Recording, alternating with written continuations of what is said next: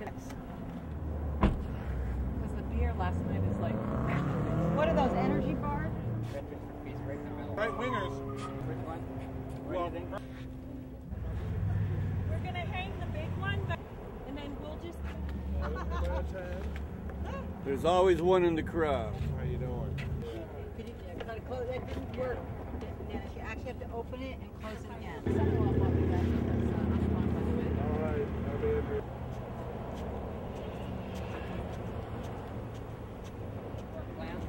Well, you know what I was thinking? We could, if we drove a car over here, we could put something right up.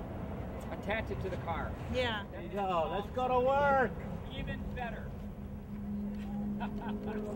You might be off the hook.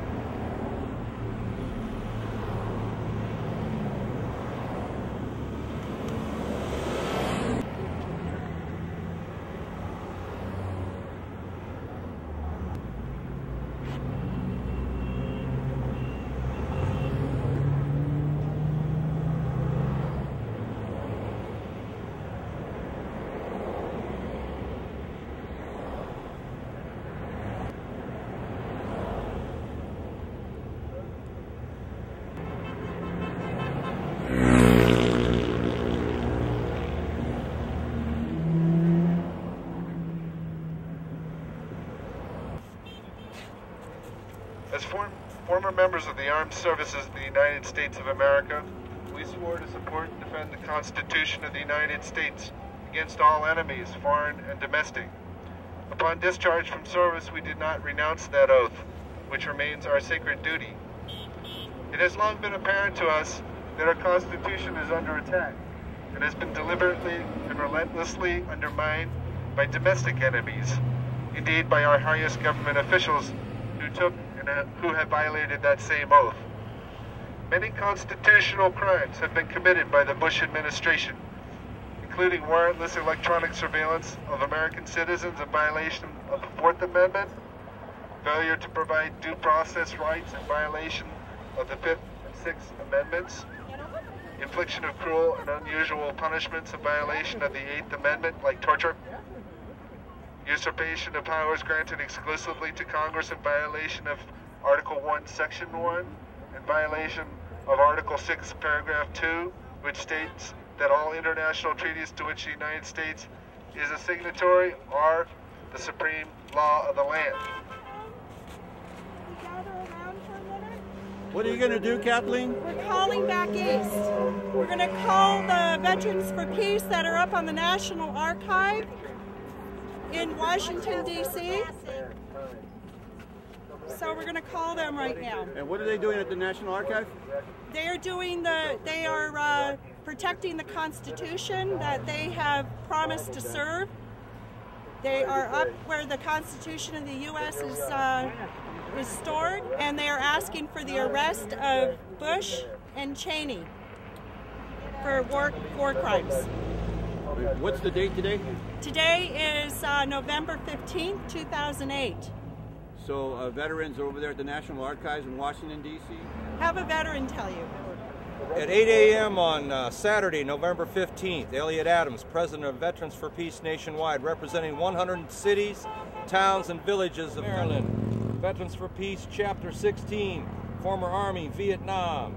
Bruce Berry, Veterans for Peace, 62, Minneapolis, St. Paul, Minnesota, former Army, Spec 4, Vietnam, People's Republic of. Fred Nagel, Veterans for Peace, number 66, Rhinebeck, New York, former Specialist 4th Class, United States Army. Jay Wank, Veterans for Peace, number 82, Woodstock, New York, former Rifleman, 90th Infantry Division, World War II. Tori Triolis, Veterans for Peace. And Betsy Resnick, outreaching. Elliot, you're going to have to speak loud. Can you hear us? Hello? Hi, who's this? Hi, it's Yeah, we're over in Santa Monica on Pacific Coast Highway, near Long Beach chapter and Los Angeles chapter. Here, and San Pedro. San Pedro chapter. Oh, that's great. So what are people saying? Who wants to say what they've heard people say? Jeff? Well, I say we're getting a lot of honks and a lot of thumbs up. Everybody thinks the deal's over because the current regime has been I do agree with that. Boy, beautiful. That's the new movement, started November 5th. Right, that's right. He steps into that you office, doing it's that? his responsibility. Everybody take...